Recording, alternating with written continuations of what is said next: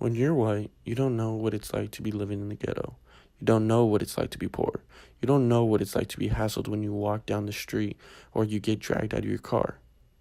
Bernie Sanders. My name's Tyler Henderson, and this is my Action Research Project. I title it Action Research and Minorities. Action research, from my understanding, is a person interacting with whomever or whatever in order to collect information. To create an action research project, you first need to identify a problem, devise a plan, act to implement your plan, collect and analyze data, and then ultimately reflect and share. In my video today, I will be speaking upon my personal project called My Action Research and Minorities.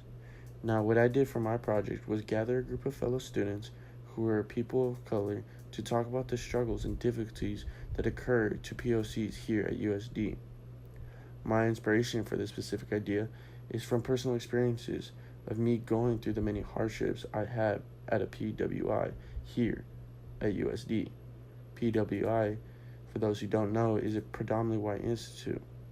Now, I've gone to many different parties and walked throughout campus with my friends who happen to be black, and the faces that I see is just very disgusting, and the way they look.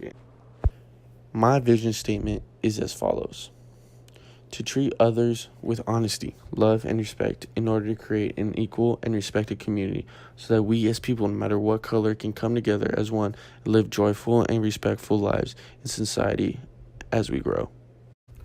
The reason for the creation of my vision statement is because I'm a biracial male, which is two races that make up me.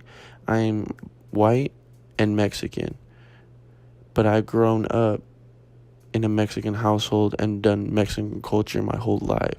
Therefore, I understand the difficulties that my family goes through and my cousins and just every minority that they go through. I understand what occurs. So what I want to do is simply what my vision statement says. Into the Wild by Jon Krakauer is a book that I'm able to relate to my action research project very simply. Now, it is about a man who goes out and leaves everything behind, leaves his family behind, leaves everything that he's ever grown up with behind, and goes out into the wild and essentially fends for himself. And to be able to relate that to my action research project is we as college students, especially minorities, we leave everything behind. Everyone we love, everyone that we care about, everything that we have, even though it may not be much, we come and we are independent as we go to school. But a quote that truly sits with me from Into the Wild is, begin to boldly do things which you may previously never have thought of doing or been too hesitant to attempt. So many people live within unhappy circumstances and yet will not take the initiative to change their situation because they are conditioned to a life of security, conformity, and conservation, all of which may appear to give one peace of mind, but in reality, nothing is more damaging to the adventurous spirit within a man than a secure future. The reasoning behind this quote is because for my action research project, I was able to gather a couple of my fellow classmates, and just people who I really vibe with, and to get a sense of how they feel here at USD, which is a PWI, a predominantly white institute, and truly get to understand their difficulties and what they go through on a daily basis.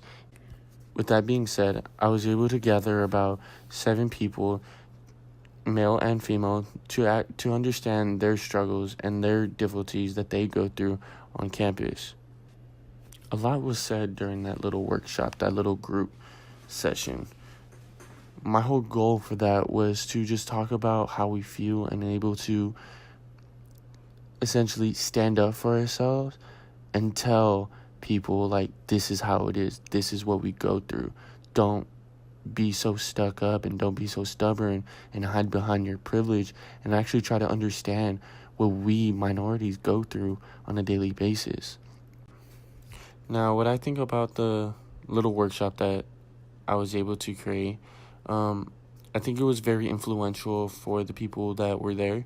I thought they were able to get a good sense that they weren't alone and that they were able to stand up for themselves, and that the next time something bad happens to them, they're able to say something. I was able to get some feedback. My first feedback loop was obviously myself, and I really thought that it was a great and motivational occurrence, and that it was really good, and it really helped. I think at least it helped me out, and I definitely think it helped others out. And my second feedback loop was the people there and how they felt, and they told me that it was very, very motivational, and it was very, very helpful for them to understand other people's problems so that they don't feel alone. Now, for my third feedback loop was a community member at USD who essentially thought it was a great idea that I did this, and just to feel that sense of wholeness and to feel that sense of family and just have that sense of togetherness. What I learned was that I was being a transformational leader because I was inspiring them through effective communication in a group conversation. But what I really learned is that I was not alone, and neither were they. We were able to unite as one and talk about our difficulties and the struggles that we have on this campus. I'm glad that we were able to start this conversation, and what I hope for the future is that the conversation keeps going to the point where we don't need a conversation. Everything's perfect. Society is perfect. But that's a hard thing to do. But it all starts with the conversation. And that conversation is now.